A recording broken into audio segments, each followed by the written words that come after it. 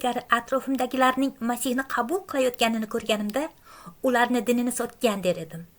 Bir kuni qo'limga Masihiy qo'shig'i yozilgan varaq tushdi.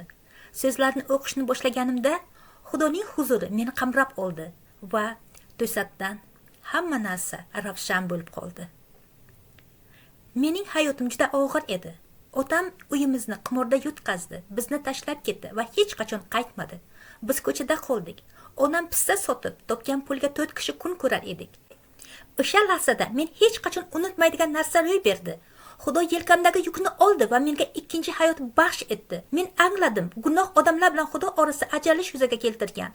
Barcha muammo va azoblar gunoh sababli keladi, lekin Iso Masih kelib gunohlarimizni olib tashladi va bizni Xudo bilan yarashtirdi.